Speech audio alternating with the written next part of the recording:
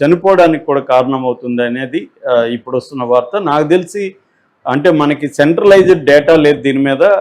మనకి NCRB national crime records బ్యూరోలో కూడా దీని మీద డేటా సపరేట్గా లేదు, వాళ్ళు ఇంకా కలెక్ట్ చేయలేదు, అలాంటి ప్రొవిజన్ లేదు దానికి. కానీ ఒక అనఫిషియల్గా 2024లో 10 మంది రీల్స్ చేస్తూ చనిపోయినారని చెప్తున్నారు. 3 కేసులు అయితే నాకు తెలిసిన కేసులు. జైసల్మార్లో కొంతమంది అబ్బాయిలు స్పీడ్గా కారుని డ్రైవ్ చేస్తూ ఇన్స్టా రీల్ చేసుకుంటూ వెళ్ళారు. ఆ స్పీడ్ దీంట్లో వెళ్ళి అతి వేగంగా చేస్తూ వాళ్ళు వేరే కారును గుద్దడంతో ఆ కారులో ఉన్న ఒక 13 నెలల బాబు, వాళ్ళ తల్లి, ఇంకొక 2 చనిపోయారు, ఒక ఆవు కూడా చనిపోయింది ఆ యాక్సిడెంట్లో.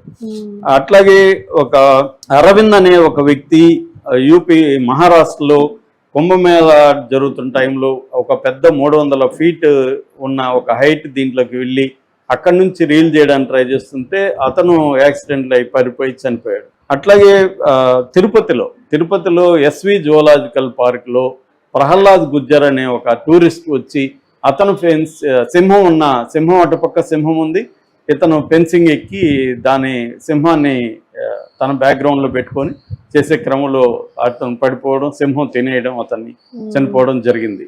ఇలాగా అంటే ఒక రిస్కీ చేస్తున్నారు. ఆ మధ్య కూడా ఉన్నవా రైల్వే ట్రాక్ మీద మన షారుఖ్ ఖాన్ పాటకి డ్యాన్స్ వేస్తూ ఉన్నప్పుడు ఒక అమ్మాయి చనిపోయింది ఆ యాక్సిడెంట్లో, ట్రైన్ గుద్దేసింది.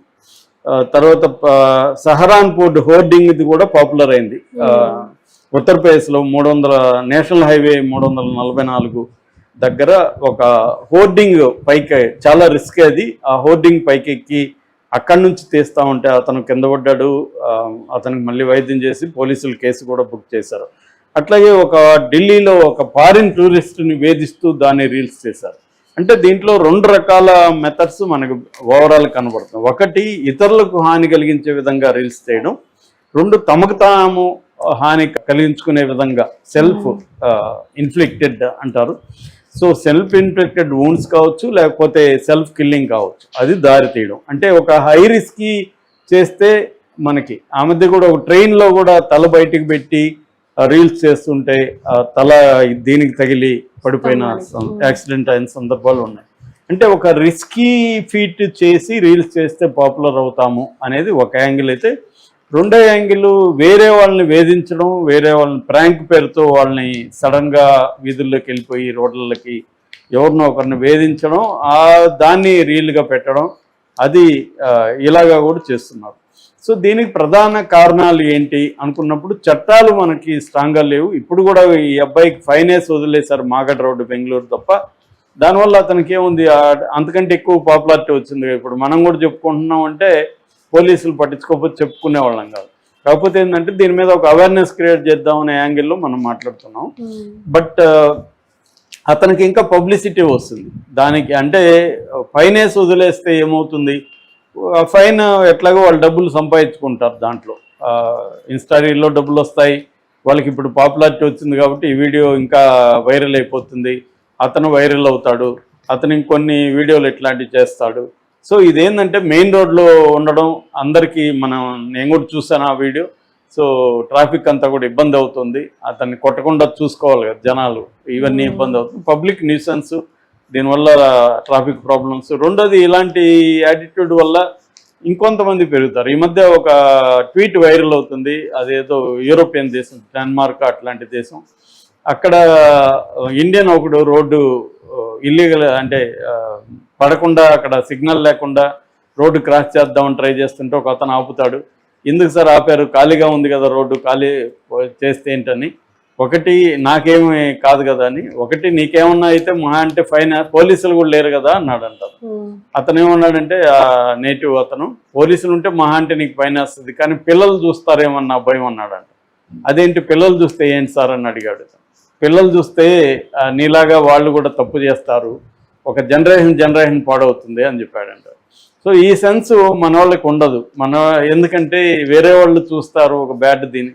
మనం ఏంటంటే మనకు పోలీసు లేడు, కెమెరా లేదు, చేసేద్దాం అన్న ఉద్దేశం తప్ప ఒక 2 నిమిషాలు ఆగుదామనే ఒక సెన్స్ అనేది మనకి లేదు. సో అందువల్ల ఇండియాలోనే ఏంటంటే ఈ రీల్స్, ఈ పిచ్ అనేది విపరీతంగా ఉంది. దాదాపు 20 కోట్ల మంది ఉన్నారని చెప్తున్నారు ఏది ఇన్స్టాలో. ఇది వరల్డ్లోనే లార్జెస్ట్ అన్నమాట ఇన్స్టా ఇండియాలో. మనం ఏది చేసినా అతిగా చేస్తుంటాం అనమాట. ముఖ్యంగా నెగిటివ్ థింగ్స్ చాలా అతిగా చేస్తాం. అది మన కల్చర్లో ఉంది, ఇండియన్ కల్చర్లో.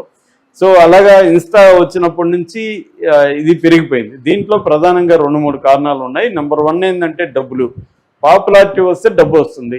ఇన్స్టాలో ఇన్ఫ్లుయెన్సర్గా మారితే మనల్ని ప్రోడక్ట్స్ వాళ్ళు పెట్టుకుంటారు ప్రమోషన్లకి, ఇంకోటి వస్తుంది. ఇప్పుడు బెట్టింగ్ బ్యాచ్ అంతా వీళ్ళే కదా, ఇలా ఇన్స్టాలో పాపులర్ అయిన వాళ్ళే ఇన్ఫ్లుయెన్సర్లే betting promotion, betting apps promotion.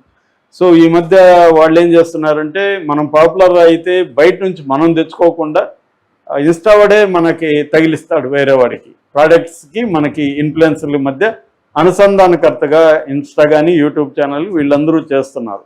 దానివల్ల మనం పాపులర్ ఏదో ఒక పద్ధతిలో పాపులర్ అయిపోతే అది ఒక లైవ్లీహుడ్గా మనకి డబ్బుల సంపాదనకి మిగులుతుందనేది ప్రధానమైన కారణం. రెండో కారణం, ఒకవేళ డబ్బులున్నా కూడా చేసేవాళ్ళు ఉండాలి. దానికి ఏంటంటే వీళ్ళకి అదొక అడిక్షన్గా మారిపోవడం.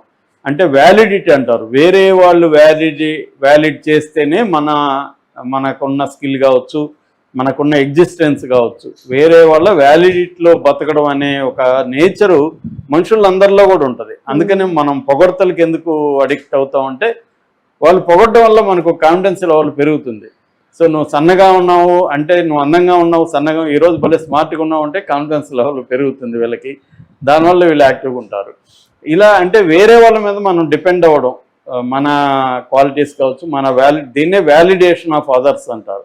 వేరే వాళ్ళు వ్యాలిడిఫై చేస్తేనే మన అది అడిక్ట్ అయిపోయి ఏం చేస్తామంటే, లైక్లు ఎన్ని వచ్చాయి నిరంతరం చూసుకోవడం.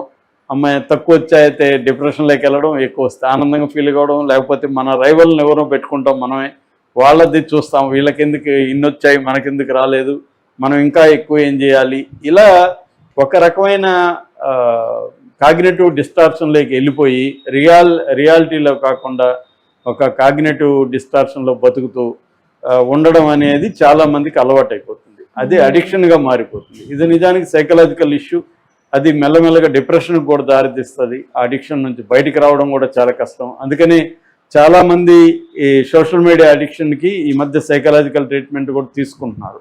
ఇది అడిక్షన్లోకి వెళ్ళిపోతుంది అన్నమాట. సో ఇది ప్రధానంగా ఈ 2 కారణాలు మనకి చెప్పుకోవచ్చు. ఒకటి, ఇన్ఫ్లుయెన్సర్లుగా ఉండడం వల్ల డబ్బులు వస్తుంది, లైవ్లీహుడ్ వాళ్ళకి ఈజీగా అనిపిస్తుంది. ఏముంది, అమ్మాయిలు అయితే మంచిగా మేకప్లు వేసుకొని ఇంట్లోనే చేసుకోవచ్చు.